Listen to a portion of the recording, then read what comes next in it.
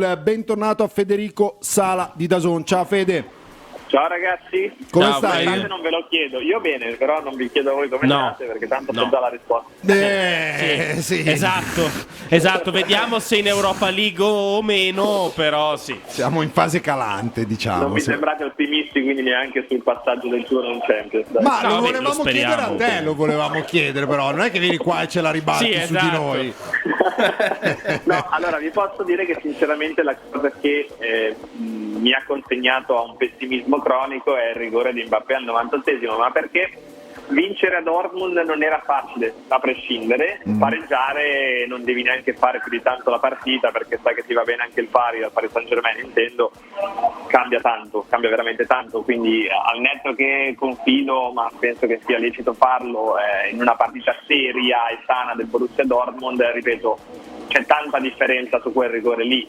Il Milan per me invece il Newcastle la partita la può fare, la può vincere, il Newcastle ha anche perso male in Premier domenica, è una squadra che alterna delle partite incredibili a delle partite totalmente con dei passaggi a vuoto, non arriva al miglior Milan, però con un Leao in più, con un pizzico magari di fortuna e con l'atteggiamento giusto, che per me è la base ed è quello che abbiamo visto contro il Paris Saint-Germain, non quello contro l'Atalanta o in altre partite, può anche vincere, rimane il problema del Paris Saint-Germain.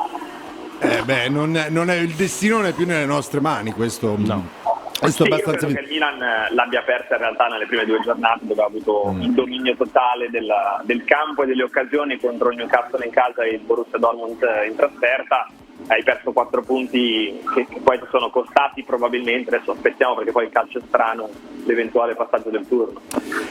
Leo, chi è che dovremmo recuperare? Perché Fede ha già detto di Leao, che molto probabilmente ci sarà. Poco altro, ancora Teo centrale dovrebbe esserci. Simon Kjær non si vede da più di 45 giorni e per me il fatto di avere Teo centrale con l'Atalanta ha mostrato giustamente ed evidentemente i suoi limiti. Da qui la domanda a Fede: 1, che fine ha fatto Simon Kjær?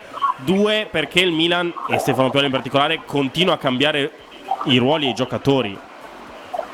Allora, su Simon Kjær è una domanda veramente molto interessante a cui è difficile rispondere, perché io credo che sia più un problema anche qui cronico a livello anagrafico di un giocatore che da ormai un paio di anni si porta dietro dei problemi fisici importanti e che inevitabilmente poi non gli permettono di avere continuità durante la stagione e soprattutto di capire tante volte anche la data del rientro e come dire il percorso del rientro.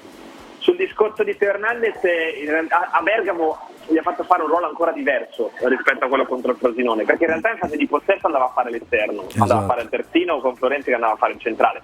Il problema è che poi dopo, quando sei in fase invece di non possesso e devi avere il senso del pericolo di un difensore centrale che è diverso da un difensore che invece gioca esterno, prendi 2 gol in quel modo lì, uno sulla rimessa laterale in cui oggettivamente si addormentano in realtà tutti, non soltanto lui, mentre il secondo è proprio da assenza di percezione del pericolo su quella palla che può arrivare in area di rigore per Lookman.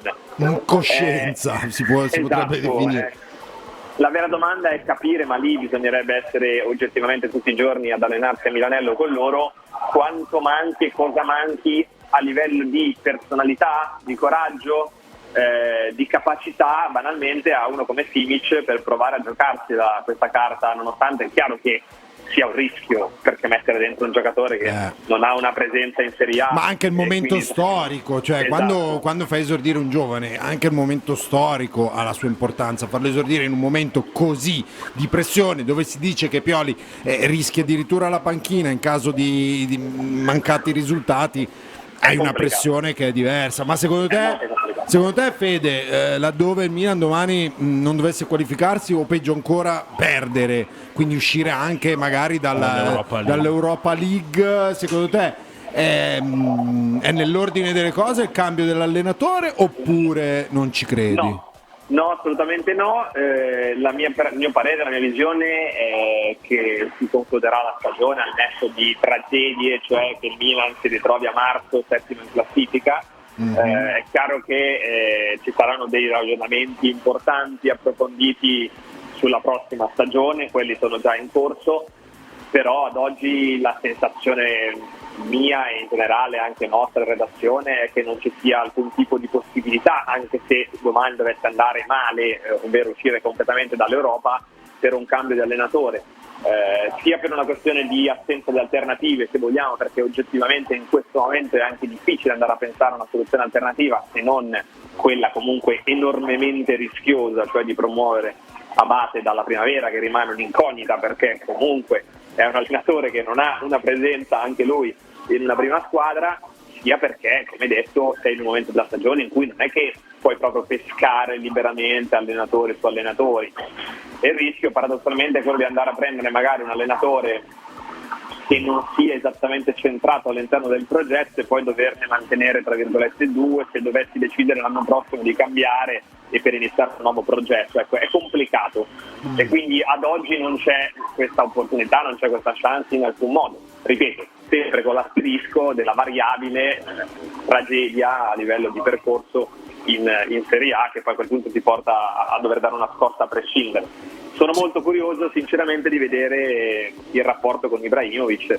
Quella sarebbe stata la prossima domanda, Fede, cioè esatto. Obiettivamente ancora non si è capito benissimo quale sarà il ruolo di Ibrahimovic, si parla senior advisor di Redbird per quanto riguarda progetti sportivi, di comunicazione eccetera, però a noi quello che ci interessa poi è in funzione e il rapporto al Milan.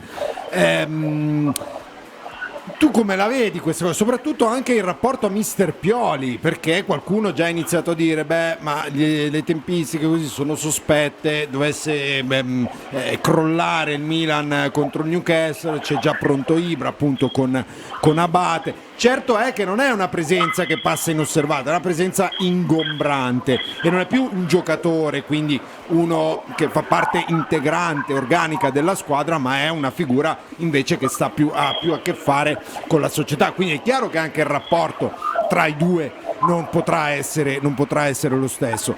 Sulle tempistiche, Fede, sulla scelta, sulle tempistiche, eccetera, è tutto giusto oppure avresti fatto qualcosa in maniera diversa? No, secondo me, proprio perché, come vi dicevo prima, in questo momento cambiare è praticamente impossibile per tutta una serie di difficoltà nella scelta di un'alternativa, è il momento giusto per comunque provare a dare una scossa a qualcosa di diverso. Ibrahimovic inevitabilmente la scossa la porta, ma a me che ha colpito, e l'abbiamo sottolineato settimana scorsa dopo Milan-Frosinone, è che Giroud squalificato, invece di andare a bordo campo come fanno di solito gli infortunati disqualificati, come stava facendo tra l'altro Leao in quel momento, era di fianco a Ibra, panchina, era su di fianco a Ibra. Questo è un segnale abbastanza eclatante, perché di cosa?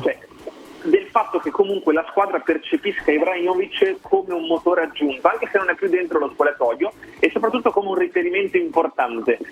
Tante volte questa squadra quest'anno perde le partite o comunque le pareggia, mi viene in mente Lecce, mi viene in mente Napoli, mi vengono in mente tante partite, ma anche sabato contro l'Atalanta, perché gli manca veramente un pochino quella figura lì, cioè quel giocatore o quel, in questo caso dirigente, che sai bene che, tra virgolette, passatemi questo termine, ti appende al muro, ha quella cattiveria per riuscire a riportarti dentro al progetto quando magari un pochino stai sbandando. Ecco, io credo che la mossa della società sia stata questa, cioè mettere una figura molto credibile, molto rispettata, molto autorevole all'interno di un gruppo che aspettava quello. Ma quindi quello. Tradotta, Fede? Sì, mandato via Maldini per prendere la stessa figura. Un'ammissione di colpa? Tardiva?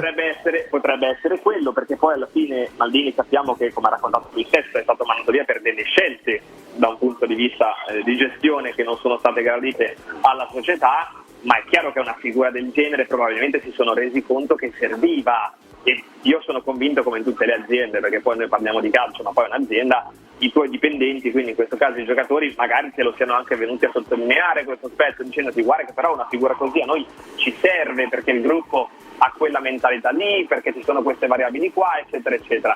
Ecco, Ibrahimovic in questo momento è il modo per, senza sconvolgere completamente l'organigramma a livello di staff, dare una scossa a questo gruppo. E oggettivamente, vedendo Giroud di fianco a lui per 90 minuti, parlare per 90 minuti col Frosinone, mi ha dato questa sensazione di essere uno che è già dentro ovviamente le dinamiche anche di spogliatoio. È un aiuto importante, non è retorica, perché poi ci sono tanti equilibri a livello soprattutto mentale in uno spogliatoio, che possono dare una mano, ripeto, anche a concludere la stagione, manca ancora tanto proprio per questo, nel migliore dei modi da un punto di vista almeno dell'obiettivo minimo, cioè arrivare nei primi 4 posti, che poi è imprescindibile per il Milan, perché non arrivare nei primi 4 posti sarebbe veramente una tragedia sotto tutti i punti di vista. Sportivo ed economico. Fede, ti ringraziamo e ti lasciamo tornare al tuo lavoro. Grazie a voi ragazzi. Un abbraccio, alla Fede, prossima. grazie. Ciao Fede. Ciao. Ciao.